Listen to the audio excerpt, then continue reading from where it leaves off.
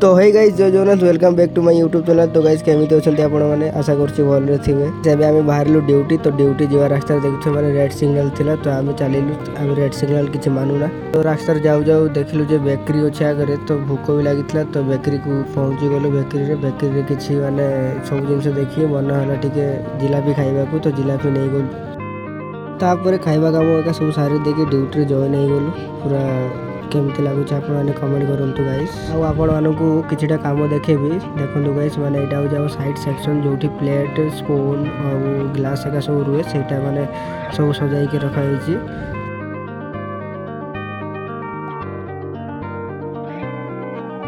तापर ड्यूटी सरिकी माने ब्रेक रे बर्तन आम ऊपर को आसू रूम जाइलु कहीं रूमटा बहुत दूर अच्छी तो ये ऊपर बसबू 7टा बेले ड्यूटी रे जॉइन हबू। तो गाइस देखंतु रूम माने छात ऊपर व्यूटा देखंतु केमिति होइछि।